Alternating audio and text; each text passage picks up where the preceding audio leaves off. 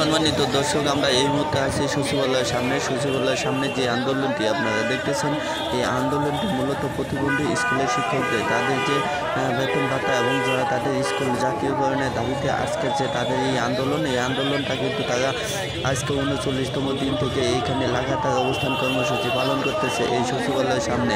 কিন্তু গভর্নমেন্ট তাদের কোনো দাবি কিন্তু কানে নিচ্ছে না। তাদের গতকাল ছিল একটি প্রধান উপদেষ্টা যে স্মারকলিপি প্রদান এবং সচিবালয়ে তাদের স্মারকলিপি প্রদান উপলক্ষে যে 7 সদস্যের কমিটি গিয়েছিল, সেখানে ফলপ্রসূ কোনো সিদ্ধান্ত না আসায় তারা এখনও কিন্তু আজকে এই সচিবালয়ের সামনে এখনও লাগাতার অবস্থান কর্মসূচি পালন করতেছে।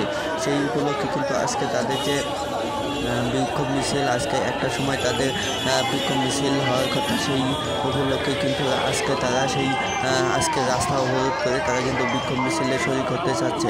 সবাই একে একে কিন্তু লাইনে দাঁড়িয়ে যাচ্ছে, দেখতেছেন আপনারা অবশ্যই সেখানে যে তারা সবাই কিন্তু একে একে সামনে আসতেছে এবং সচিবালয়ে ভূমিকা বিক্ষোভের কর্মসূচি পালনের জন্য তারা প্রস্তুত হচ্ছে। এইখানে একটা জিনিস আমি আপনাদের জানিয়ে রাখি, প্রধান উপদেষ্টা কিন্তু সমাজ কল্যাণ মন্ত্রণালয়ে কিন্তু একটা চিঠি দিয়েছে তাদের এই দাবিগুলো যাতে বাস্তবায়ন হয় সেই উদ্দেশ্যে।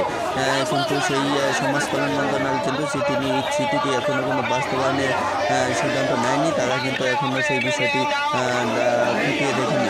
তো এই পর্যন্ত আজকে আপডেট। এখন তারা বিক্ষোভ মিছিলে শরীর হবো, আমরা আপনারা দেখতে থাকুন।